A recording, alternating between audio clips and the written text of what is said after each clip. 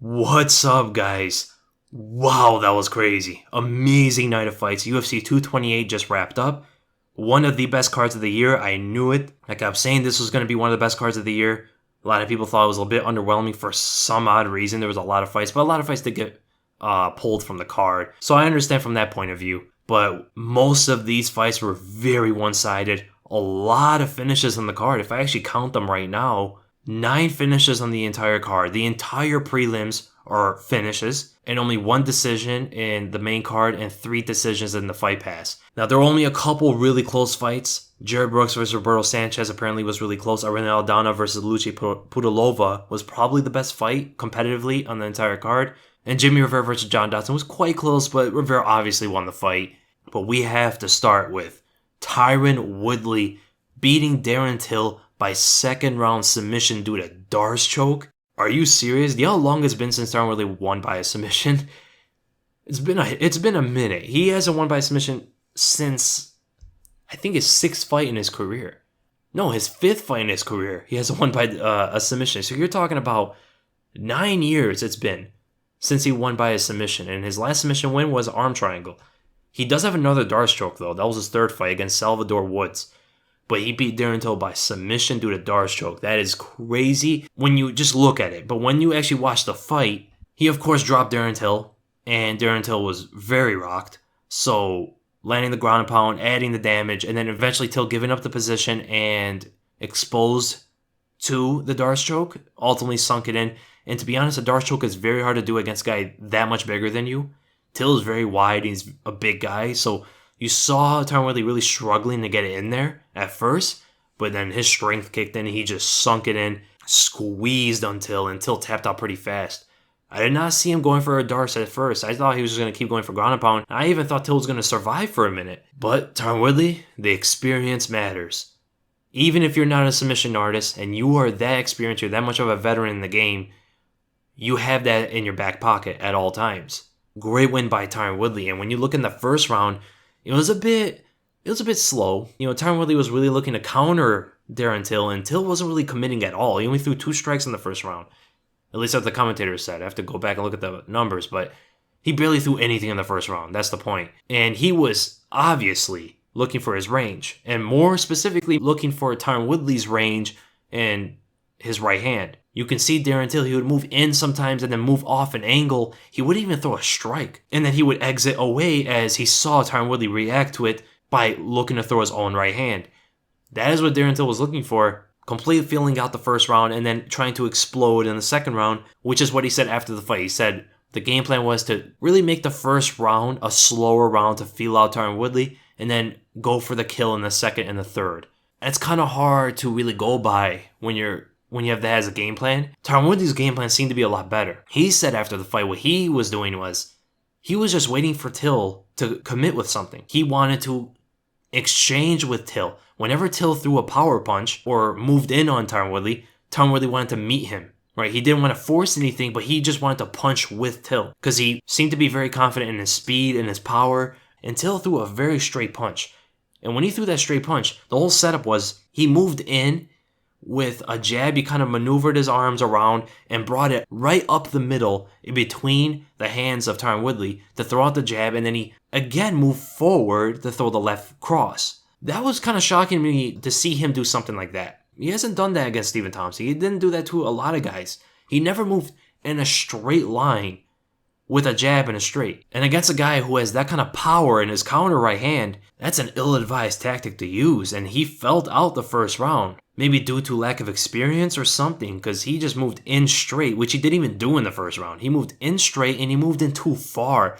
Where he threw his jab, he was right in distance to throw his left hand, but he moved further in to land the left hand. And he ultimately got into Tyron Woodley's range, got caught by the right hook, or right overhand. And Tyron Woodley did an amazing job. He just stuck to his game plan. He waited for Till to move in with that left, and as soon as he saw the left, because he moved back on the jab, it didn't really affect him at all, waited for the left hand, and as soon as he threw the left hand, head off the center line with the right overhand, and caught Darren Till right in the middle. And Tyron Woodley could put out anybody with that right hand. He's put out a lot of people. Darren Till stuck it in there. You got to give the guy credit. He has a chin on him, and he has heart. He didn't give up at all because he got blasted with some elbows on the ground, and there was a point where he was shaking his head like he's not done. You gotta give the guy credit. He took some bombs from probably the hardest hitter in this division. He was doing what he could. I saw some people saying that Darren Till doesn't have a good ground game. The guy just got dropped, man. He wasn't thinking all straight. Didn't really know what was going on. He's just trying to defend himself. Instincts took over. And when instincts take over, he's not a grappler. He's a striker. When instincts will take over, he's better on the feet than he is on the ground. He was trying all he could, though. He was trying to shield with the knee. And at one point, he was trying to bring down the head of Tyron Woodley to relieve the power of the shots. Tyron Woodley was laying big strikes, though. I was very surprised he didn't go out. And to be honest, the ref could have stopped that fight. I would not have complained if he stopped the fight before he did. Went in for the dart stroke after that. And in the first round, Darren Till looked really good with the wrestling defense. Stuffing a lot of those takedowns. He did get caught by a knee, though, when he did try to, it looked like he tried to sprawl. And he got caught by a pretty good knee, which was the biggest strike in the first round. Against the cage, he was able to go strength with strength. A test of strength with Tyron Woodley. And he wasn't doing that bad there. You have to consider, Tyron Woodley had double underhooks. Darren Till had double overhooks. And he was able to test Tyron Woodley's strength like that. That's impressive, man. That's impressive, especially against a wrestler, a real wrestler. So excellent win by Tyron Woodley, and you have to say now he is one of the greatest welterweights of all time. He is going down if he keeps his path as one of the greatest. He beat Stephen Thompson. He had a draw with him, a close fight. He beat Damian Maia, and now he just starched. Or not really starched, but he dominated Darren Till. Starch would be what the Coleman event was. But no one can say much about Tyron Woodley. He's one of the smartest fighters in the game. He doesn't have the most weapons. If you look at his toolbox, he doesn't have the most tools. He has a big power right hand and a good double leg, some good leg kicks, good knees in the clinch. Pretty much it, right? He doesn't really throw his left too much. He has a good faking game, but that's not nearly as much as guys like even Robbie Lawler or many other guys in this division, Stephen Thompson. But the point I'm making is, even with his limited amount of tools, he always finds a way to make them work. In every single fight with different styles against him, completely different styles. Stephen Thompson and Damian Maia are complete opposites from each other. And he was able to make his game work against both of them the way he did in a chess match. And then he did the same thing with Darren Till, who's a power puncher. Yeah, man. Great win by Tyron Woodley. For him, he could pretty much call out who he wants at this point, but logically speaking, it's going to have to be Colby Covington. It has to be, right? If it's not him, Kamaru Usman is there. If Colby can't take the fight soon, because it didn't seem like Tyron Woodley got injured at all, so he could probably fight soon again. But to be honest, I don't see anybody beating Tyron Woodley. If Till can't do it, if Wonderboy can't do it, I don't think anybody can do it. It might take a wrestler because we haven't really seen that yet.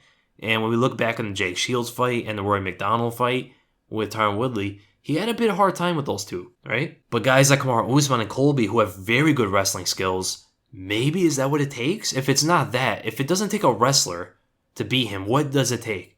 Because obviously it doesn't take a guy with amazing jiu-jitsu. It doesn't take savvy strikers like Till and Wonderboy. He's fought well-rounded guys like Robbie Lawler and Kelvin Gastelum and guys like that. It's hard. What style is it to beat a guy like Tyron Woodley? That'd be amazing to figure out. So it would probably have to be Colby next for him. And then for Darren Till, man, this is a bad loss. And you can tell the promotions seem to want Darren Till to win this fight. And he lost pretty badly. It wasn't even competitive. One mistake by Darren Till costed him everything. He came in straight, in a very literal line, at a power puncher with his hands down and chin up. And even when he threw the left hand and even the jab, nothing to protect his chin. And he moved into a guy everybody knows throws a right hand when you pressure him. So that big mistake costed him this one. And for him, I think he has to move up to middleweight. Who knows how much this weight cut affected him in this fight. Regardless, I think the way he fought tonight, he would have lost. The way he came in there and the way Tyron Woodley came in there with his game plan. So hopefully this is going to make Darren Till learn. He is only 25 years old. He's not done yet. Only 25 years old. He's, I think, younger than Mickey Gall, or he's just about the same age as Mickey Gall. So is he going to stay at welterweight? I don't know, man. That weight cut looked pretty bad. And look at him at the weigh-ins and look at him actually on fight night. And compare that to him at the press conference they had. He was way bigger in the press conference. And I want to see that Darren Till. Guy that's full, or at least more full, and not completely drained. Fighting at his maximum capacity in the middleweight division. I've always said it. I don't like his chances against a lot of those middleweights, but he's just too big for welterweight. He's getting older too. The weight cuts are only going to get harder for him. So I'd like to see him go up to middleweight and maybe fight Uriah Hall, probably. That'd be the best fight for him. Test him in middleweight against a striker. Fits his style completely. And then we move to the co-main event. Jessica Andrade versus Carolina. First round knockout by Jessica Andrade. And we're talking about starched out cold one shot. We have never seen this at 115. Rose didn't do this to Joanna. It didn't take one shot to put out Joanna. It took one shot to put out Carolina, who's actually known to have a good chin. Who's known to take shots from Rose and Joanna and look unfazed. Jessica put her out with one right hook. One. It looked bad too. She fell back, head hit the canvas. And we're talking about a very similar thing that happened in the Tyron Woodley fight. She got off the center line with her head as she threw the right hook. Landed flush on the high chin and low guard of Carolina. Again, this high chin, low guard stuff. If you're not Tony Ferguson for some reason, even he gets hit when he does that. But sometimes he doesn't. If you're not that guy, I guess, try not to do that as much. Because people point out to Conor McGregor, but Conor knows how to pick his hands up when he has to. Right? He has a very good instinct to do that. Till likes to lean on shots. And he didn't lean, which I'm surprised he didn't lean at all. But I'm pretty sure he fixed that because he didn't want to get taken down as he does that. Carolina just was throwing punches through a combination. I believe she threw a right and then a left. And Andrade just slipped both of them. Right hook over the top. Puts out Carolina with one shot. Andrade by far is the most powerful fighter in this division. And she's a very hard fighter to handle. And I guarantee in the championship fight with Rose, because you could not make a better statement than Andrade to get a title shot. And she deserved it before this fight with Carolina. I have a feeling Andrade is going to be the favorite against Rose. It's a bad matchup for Rose stylistically. Rose can get it done, especially if he sticks with her footwork and sticks with her striking, long-range striking, boxing especially, and landing high kicks on Andrade as you disrupt her constant pressure forward. And she doesn't really cut off too much. And you talk about Rose, who has the best footwork in the division. It can be tough for Andrade, but as soon as she closes into that distance, Rose is in trouble, man. But this is an amazing win by Andrade. Amazing win. Just plain and simple knockout with one maneuver on the feet like that. Made it easy, right? So that's the fight for Jessica Andrade. For Carolina, she's the number 4 ranked fighter. I would probably like to see her maybe fight Carla Esparza, who also lost tonight. That would make a lot of sense. Both lost in devastating fashion. Dominant fashion, actually. So Carolina versus Carla makes a lot of sense. And if they don't want to do that, you could do Carolina versus Tisha Torres or even Michelle Waterson after Michelle's fight with Felice Herrig, because you can't have her fight Felice Herrig or anybody really under Felice Herrig because she beat Felice Herrig. And Herrig is number 8. So Tisha Torres probably makes the most sense, to be honest, because Torres is ranked number 5 and Carolina's number 4. And they're both coming off losses. And then we go to Zabit Magomedsharipov versus Brandon Davis. Zabit beats Brandon Davis by a modified knee bar. You can say it's a banana split, but it's very different, right? Banana split, at least the ones I've seen, are a bit different. Really extending both legs. You're kind of under the person. You're not really taking their back like that. So you could say it's a modified knee bar. Excellent win for Zabit. The guy's amazing, man. He has it all. His striking looked pretty good. In the first round, Brandon Davis was in there in the striking, you know? He was in there. And Zabit, he was giving Davis some problems with that range. Naturally, anybody with a long reach is going to have a problem with Zabit. And Zabit was landing jabs. He was landing the front kick. He landed a couple left hooks. He was trying to throw them in sequence as well, like left hook 3 times. Wasn't really landing too much, but he was throwing them out there. And Brandon Davis's long-range shots were falling short because of that range of Zabit, especially off his jab. He said, forget about this striking. This guy's actually competing with me somewhat. I'm going to just dominate this guy. He stepped in with the outside trip, same way he got Kyle Bochniak down, and just went to work on top, got his back eventually, grabbed onto the leg, modified knee bar, and it took Brandon Davis a while to tap out. Maybe the flexibility was a bit of a factor there, because Cody Stamann, who got submitted with pretty much the same move, he tapped right away. But with Zabit, he wasn't really on an angle. He was kind of just pulling it over Brandon Davis' body. Aljamain Sterling was more so on an angle where he can really attack the knee more than Zabit was able to. So maybe that had a bit to do with that. Great win for Zabit. He called out Chad Mendes. I love that fight. Bring on Chad Mendes, because nobody's calling this guy out. You know, he's going to be calling out everybody. Everybody's turning him down. You have to really think. Look how many people they had to have gone through if they eventually got to Brandon Davis for this replacement. How many guys had to have turned him down? You got to give credit to Brandon Davis. He loses nothing to this. He doesn't lose anything, right? He took this fight on very short notice when nobody wanted this fight. So all credit to Brandon Davis. He did a lot of favors for a lot of people in this one. And he got paid for a very short notice fight, so that's all good. And Zabit, I would love the Chad Mendes fight. It makes a lot of sense. It's going to be a hard fight for Chad, especially initially with the long reach, the jabs. Chad is very short compared to Zabit. You're talking about 8-inch, 7-inch height difference. And Zabit has good wrestling. He has good BJJ like you saw here. He's the full package. Chad could look to throw that overhand like Tyron Woodley was able to. But Chad is more pressuring than anything. He doesn't wait back and counter with it. But Zabit's defensive abilities are a lot better than Darren Till's. You know, he doesn't keep his chin up like that, and he knows how to defend himself. He will use his posting arm to move away from the right overhand, and the arm naturally gets caught before it hits his head, relieving a lot of the power. And especially someone who's that short, it's going to be hard to land on Zabit over his arm. So it's going to be a problem for Chad. He could try to take down Zabit, but that might even be a bad idea. For Zabit, that makes a lot of sense for him, and it's a favorable matchup for him. And for Brandon Davis, there's a lot of fighters outside for him, outside the rankings. You have Alex Caceres, which immediately came to my mind. That would be an amazing fight. Good striking battle. It could be mixed up on the ground a little bit, but Davis is not much of a grappler.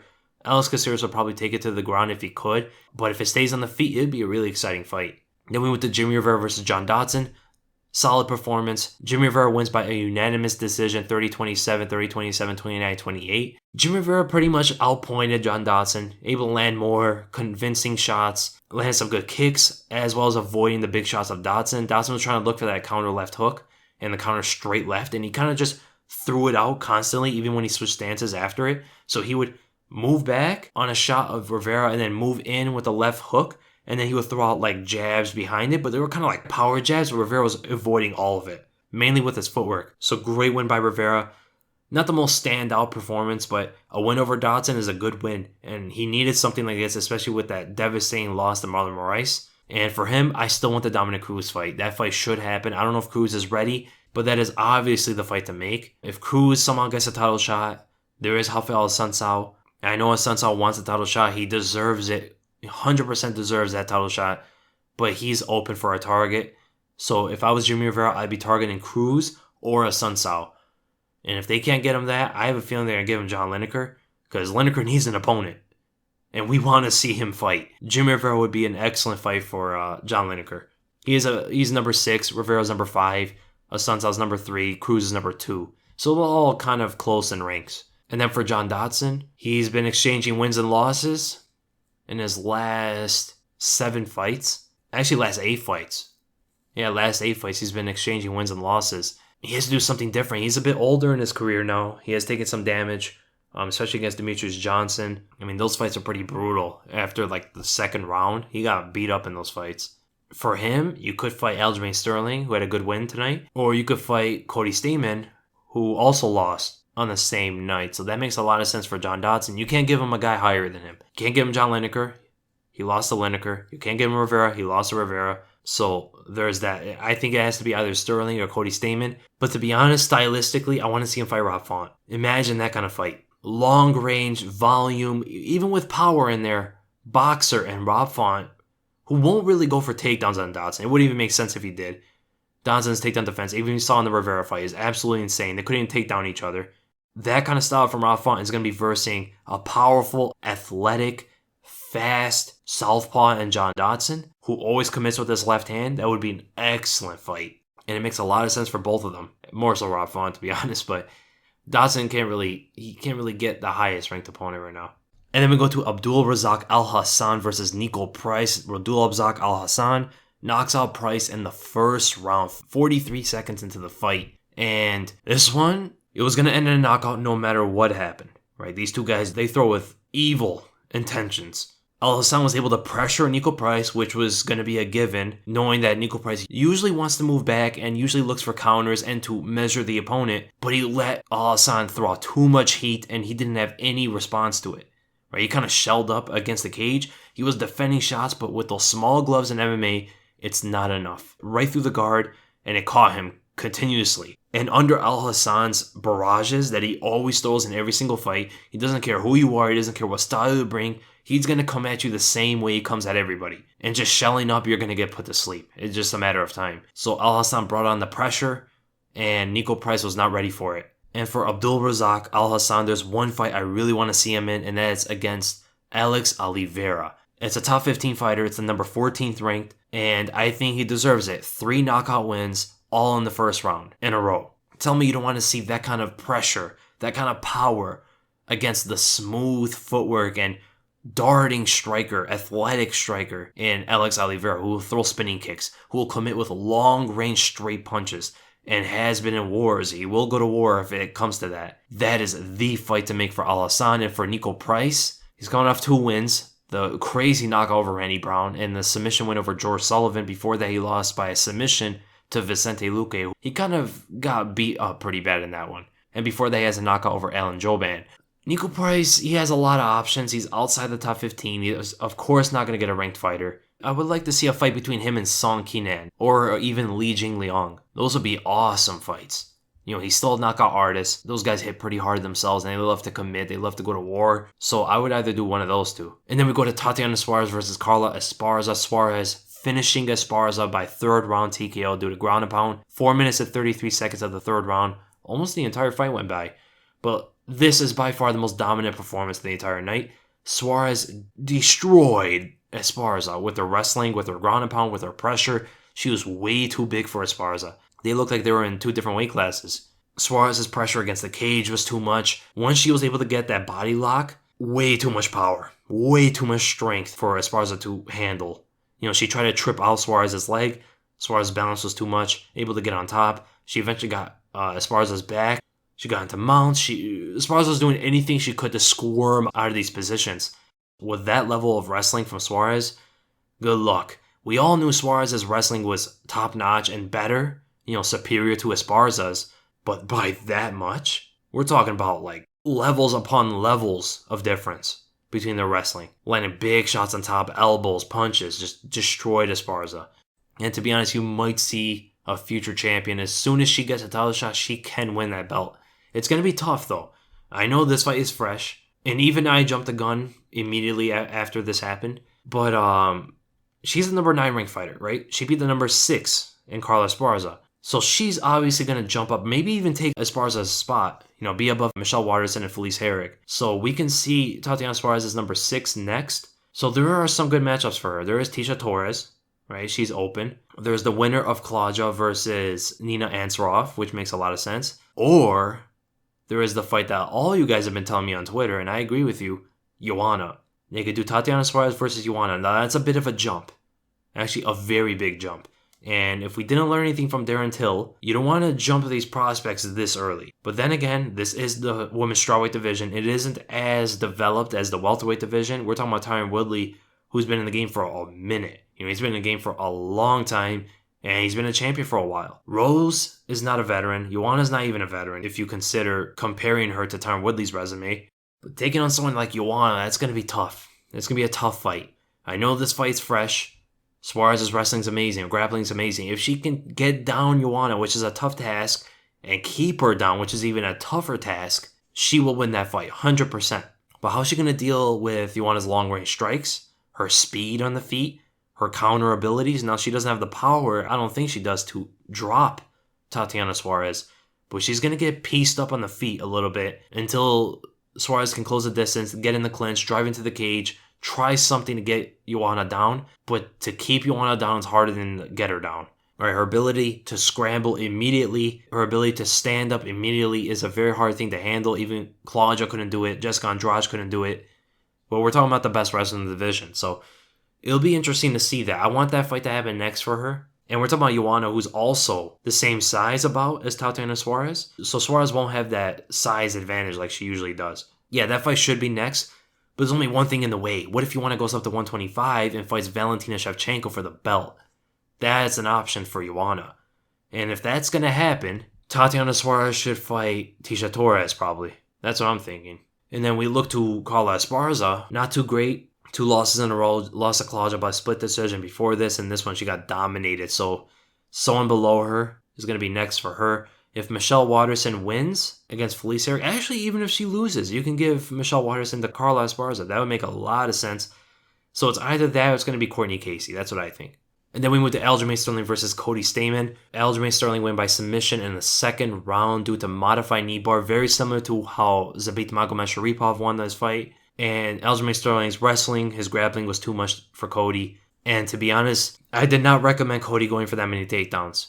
Right? He went for 3 takedowns. He got all his takedowns. What I said in my prediction video was Cody Staman's best chance of winning this fight is keeping it on the feet, sprawl and brawl, and just using his boxing.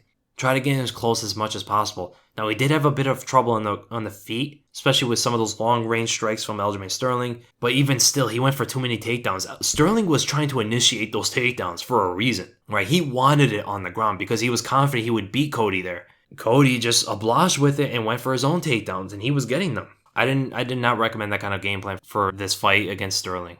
Because that's Sterling's best place to be at. That's where he wants to be at. But good win for Aljamain Sterling, getting the back eventually. And did you see how he got mount? Was that one of the fastest mounts you've ever seen from side control? Wow, that was a fast transition. Just that slight opening and bam, Sterling went right over, eventually got his back, went for the leg as Stamann was trying to stand up. And he really cranked on that one. Cody Stamann tapped right away, and you can feel it. Right, you saw how fast he tapped, and he was in agony on the ground. I thought he completely tore his knee when he did that. Sterling noticed it as well. That was nasty. So great win by Aljamain Sterling. He had a good win against Brett Johns in his last fight, but losing to Marlon Moraes like that, he really needed to make a statement. And he is the number 8 ranked fighter. He beat the number 10 ranked fighter. I would love to see him fight Pedro Munoz. That would be an excellent fight. John Lineker would be an excellent fight. That kind of fight would favor Lineker stylistically, but Pedro Munoz, 2 BJJ artists, good grapplers going at each other with pretty good striking for both of them. I would love that fight for Aljamain Sterling. And then for Cody Stamann being the number 10 ranked fighter, I want to see him fight Thomas Almeida, who's number 13. He'll do a lot for Cody Stamann, Thomas Almeida kind of made a name for himself a while ago from those constant knockouts and those amazing fights he always had. But he's taking so much damage. He's very young, but the damage has gotten to him. He can't take a shot. And that would favor Cody Stamann a lot. Then we go to Jeff Neal versus Frank Camacho. One of my favorite knockouts in the entire night. Jeff Neal knocks out Frank Camacho in the second round. Camacho's being a tank, right? Too much. He was walking forward too much. And he was running to that left hand of Jeff Neal. And right before the knockout, Camacho went forward. He was almost like taunting Jeff Neal in a way. And he brought his right hand up on his side. And Neal just caught him with a straight left. Hurt him bad. Wobbled him. Followed him up. And he threw a naked head kick. No setup, just head kick. Frank Camacho reacted too much to it, expected too much from it, and he leaned to his right, and he kind of brought his hand down. It seemed like he thought it was going to go to the body, and that was a flush head kick. It was so clean. And you can see the way Jeff Neal threw the head kick. He had maximum power. He swung his arms over hard, loaded up his hips completely, threw up the kick, landed shin to dome, and not only that, look at his follow-through with the kick. Even though he hit Frank Camacho clean upside the head, his kick kept going through. That's how much power it had in there. It went through. It went like past his head. It hit his head and went right through it. And he almost lost balance because of that. Usually when you land those head kicks and you throw it hard, you want something to slow it down. He threw it and it went right through and it kept going. That was a nasty head kick. Caught him off guard. Great win by Jeff Neal, man. Great win. And for Jeff Neal, I want to see him fight Curtis Millender. Or even Max Griffin. But Curtis Millender, who has a win over Max Griffin, and him and Jeff Neal both have a 2-fight win streak in the UFC. Some great knockouts as well. Who would not love to see that fight? 2 guys, powerful strikers, pretty slick. Jeff Neal would be the faster fighter. He's more dynamic, I guess you would say, but Curtis Millender probably has more power, especially considering how big he is. That would be an amazing fight to have. And then for Frank Camacho, his second loss in a row, he lost to Drew Dober, and then he had a win over Damian Maia before that by split decision. Damian Brown. And before that, he lost to Li Jing Liang. So 3 wins in his last 4 fights. And this one was bad. There's quite a few of opponents for him. Him versus Thiago Alves would be really fun. If you want a fun fight, just bring on a striker. A guy who just marches forward and wants to just throw hands. So Thiago Alves would be amazing. CR Bahadurzada would be amazing as well.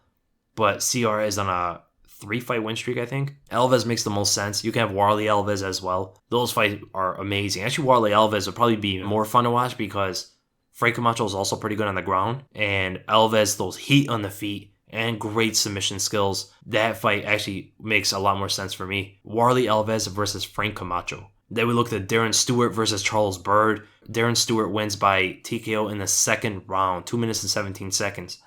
I would like to see Charles Byrd use his wrestling a little bit more, or try to take it down more than he was trying, because he was striking a lot on the feet, throwing a lot of long-range shots, trying to keep Darren Stewart away. Darren Stewart, known for his power, doesn't have the greatest takedown defense, right? He's been taking out a lot in the UFC, and he is coming off, 3 submission losses or 2? 2 submission losses, right? He won by TKO over Eric Spicely before this fight, and then he lost his 2 fights before that by submission. So Charles Byrd having great submissions, I'm surprised he wanted to strike as much as he did. And as soon as Darren Stewart put on the pressure in the second round, Charles Byrd kind of got unconfident or panicked a little bit. He couldn't deal with the pressure like that, and Stewart was throwing heavy elbows, but Byrd did a really good job of covering up, right? They weren't landing too much until he did one of the biggest mistakes you can make defensively.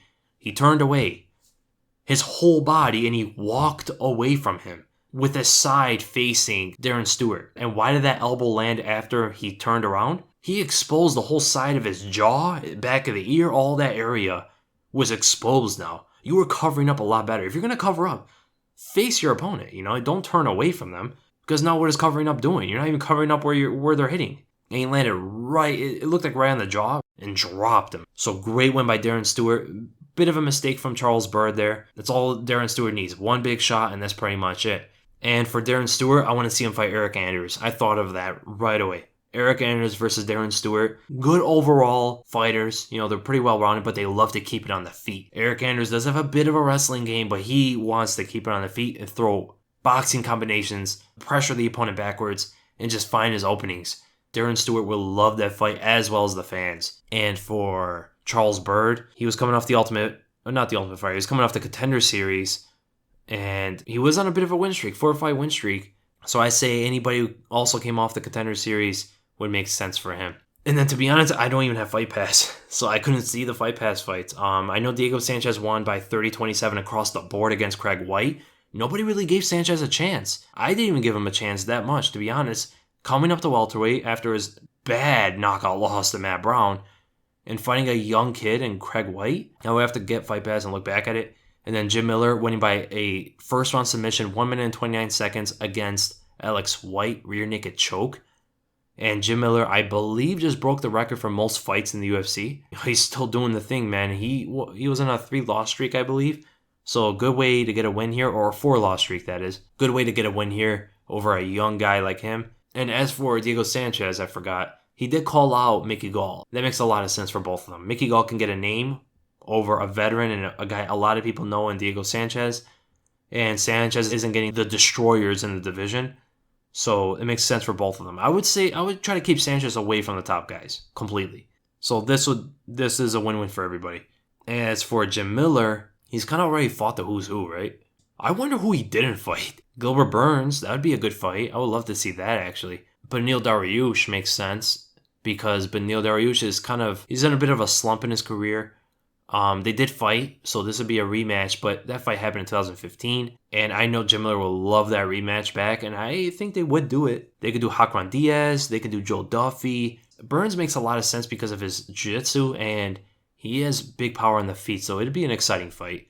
If I were matchmaker, I would make probably the Gilbert Burns fight, but if Jim Miller really wanted the Beneil Dariush fight back, I would do that one. And then Arena Aldana beats Lucie Pudilova by split decision, 29-28, 28-29, 29-28. They said the fight of the night, so I have to go back and watch that one. In the 135-pound division, which needs some prospects, even though she hasn't been doing too well in the UFC. A fight for her. She's the number 12 ranked fighter, so maybe against Lena Landsberg makes sense. Betch Correia makes a lot of sense. I would do that one. Betch Correia versus Arena Aldana. And then Jared Brooks wins also a split decision over Roberto Sanchez, 29-28, 28-29, 29-28. So the fight of the night goes to Arena Aldana versus Lucie Pudilova, and the performance of the night goes to Tyron Woodley and Jessica Andrade. Worthy. They all get $50,000 bonuses. I feel like I'm part of the press conference. So yeah, well deserved, especially for Andrade. An article came out where she said it's kind of hard to make money right now. So that $50,000 would be excellent for her.